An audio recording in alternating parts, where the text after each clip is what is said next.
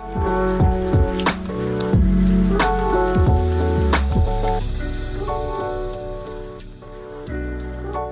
my name is Matthew Pfeiffer with mattpfeiffercoaching.com. Welcome to my YouTube channel. On this channel, I create videos and content about toxic, narcissistically abusive relationships, emotional intelligence, and self-development. And if you have a question that you want me to answer here on this channel, make sure you send it to justaskmatt@mattpfeiffercoaching.com. Again, that is justaskmatt@mattpfeiffercoaching.com. So make sure you keep that email 2 to 3 paragraphs max and be very direct and to the point of what your question actually is. Also, make sure you hit the subscribe notification and the bell notification so you're notified each and every time I upload new videos on this channel 5 days a week, Monday through Friday. And if you need more help than what this video can provide, make sure you connect with a therapist. You can go to BetterHelp. I am a BetterHelp partner. If you go down to the links down below, you can connect with a BetterHelp therapist. With me being a partner, you will get 15% off of your first month with your BetterHelp therapist. So with all that being said, let's get into today's topic. So today is a person who is wondering if they should leave their city, if they should leave because the narcissist will not stop stalking them. And this has gotten pretty bad. And so let's get through this email. Let's see if we can provide some assistance and some help for this person and also for other people who might be going through this exact same dilemma. So with that being said, let's get into this email. So this email reads, hey, Matt, when dealing with gang stalking, so what this person is talking about is what's called abuse by proxy. That's a clinical term. Also, some people might be talking about the flying monkeys, or you might hear people talking about flying monkeys, where they have other people engage in the bad, abusive stalking behavior. So then they're able to keep their hands clean. And that can oftentimes become very, very problematic, especially if you're trying to get legal people involved. So when dealing with gang stalking and cyber stalking, do I need to relocate to a different state?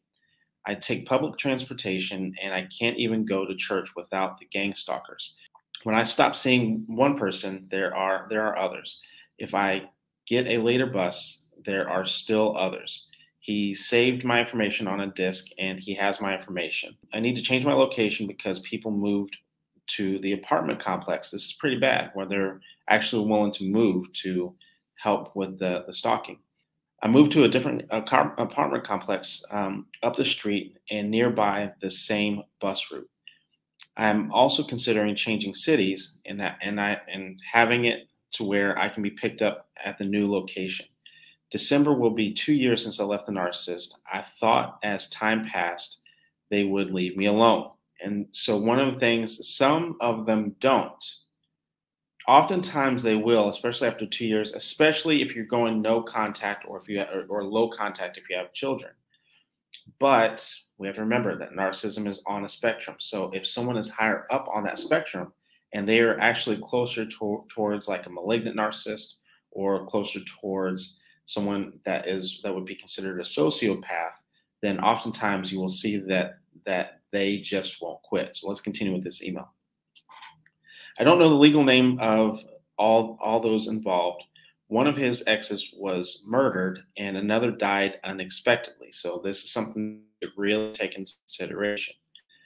This was even going on when we were together. He wanted to know my every move and did everything he could to block me. So we have to understand that this type of behavior, and we have a history that is very, very concerning. We have to remember that safety is always the #1 priority. In a situation like this, unfortunately, sometimes it is better for you to leave the city. And so I am not opposed to people leaving the city. I've taught people, I've encouraged people to leave their city. Some people understand that that's what needs to happen, especially when they begin to when they have a lot of connections in the city, they have a lot of friends in the city. Maybe this is someone who has a lot of connections in the police department, where they have a lot of people who can stalk and surround you and those sorts of things. And it can get very scary, especially if they have a history of this, like you were talking about with the history with his exes. So we have a history. So we have a lot of documentation, and it can get even scarier when, like you mentioned, when legally they may, some narcissists are very good where legally they make sure that they, one lawyer put it really well, that I kind of adopted their phrase. that they know how to flirt with the line without actually crossing over the line. And oftentimes, the reason why they're able to do this is because they've gained experience with previous exes. So they know what lines that they can flirt with without actually crossing it. And so we have to understand that we have to keep ourselves safe. And sometimes that requires a more dramatic move. It requires something more dramatic than going no contact. Sometimes that does require to leave a city, to leave a state. That can be very inconvenient, but sometimes that's exactly what is needed. So thank you very much for writing in. Anyone else who has a question, make sure you send it to justaskmatt@mattpfeiffercoaching.com. Again, that is justaskmatt@mattpfeiffercoaching.com. Keep the email 2 to 3 paragraphs max. Be very direct and to the point of what your question actually is. Also, make sure if you need more help than what this video provides, make sure you guys go to the link down below, connect with an online therapist through BetterHelp, get 15% off.